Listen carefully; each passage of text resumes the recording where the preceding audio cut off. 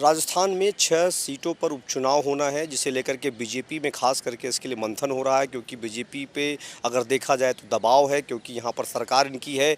जैसे यहाँ पर संगठनात्मक बदलाव होते हुए दिखाई दे रहे हैं, प्रदेश अध्यक्ष बदले गए, प्रदेश प्रभारी बदले गए, हालांकि संगठन महामंत्री इनके पास अभी भी नहीं है।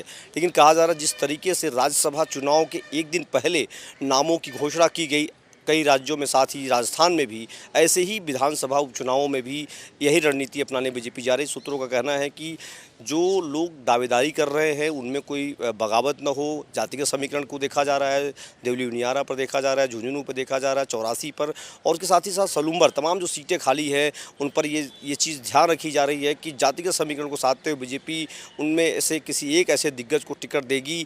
लेकिन इसके पहले अगर बहुत पहले नामों की घोषणा होती है तो उसमें विवाद हो सकता है, उसमें तमाम सारी बातें रहेंगी, जिस तरीके से बीजेपी को यहाँ पर समस्याओं का झेलना पड़ा।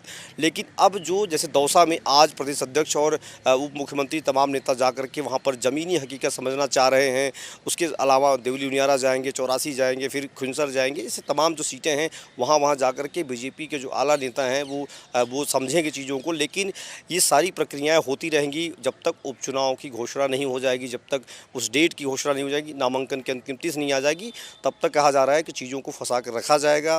क्योंकि नामों घोषणा करते ही तमाम जो बातें हैं वो उपचुनाव है, सरकार इनकी है, तो उसमें तमाम दबाव बनेंगे, उसके जो रिजल्ट्स आएंगे उसका परिणाम आने वाले तमाम चुनावों पर असर डालेगा। ग्राम जो पंचायत चुनाव होंगे, नगरीय निकाय चुनाव होंगे। सूत्रों का कहना है कि इस बीजेपी इस बार उनके टिकटों की घोषणा तब करेगी जब चुनाव की घोषणा हो जाएगी और उसके आसपास डेट आएंगे, उस दौरान प्रत्याशियों के। लेकिन उसके पहले ज़मीनी हकीकत समझी जा रही है, लगातार अधिकारियों को भेजा जा रहा है, पदाधिकारी जा रहे हैं, काम कर रहे हैं और देख रहे हैं। क्योंकि दौसा देवली उनियारा पर अभी 2 दिन पहले ही लोकसभा सदस्य रामवीर भदौड़ी आए थे, उन्होंने एक उसका आउटपुट लिया है, एक फीडबैक लिया और दे करके दिल्ली में दिए हैं। उनके जाने के बाद आज खुद डिप्टी सीएम और प्रदेश अध्यक्ष वहाँ पर दौरे पे हैं और चीज़ों को समझ रहे हैं। कहा जा रहा है कल जो है देवली उनियारा में भाजपा के प्रदेश प्रभारी राधा मोहन अग्रवाल वहां जाएंगे और चीज़ों को समझेंगे। पर इन 2 सीटों को समझने के बाद फिर वो खुंसर और चौरासी, सलूम्बर और झुंझुनू में भी जाकर के चीज़ों को समझने की कोशिश करेंगे। लेकिन बीजेपी इस रणनीति के तहत यहाँ पर इस बार टिकट बांटने जा रही है।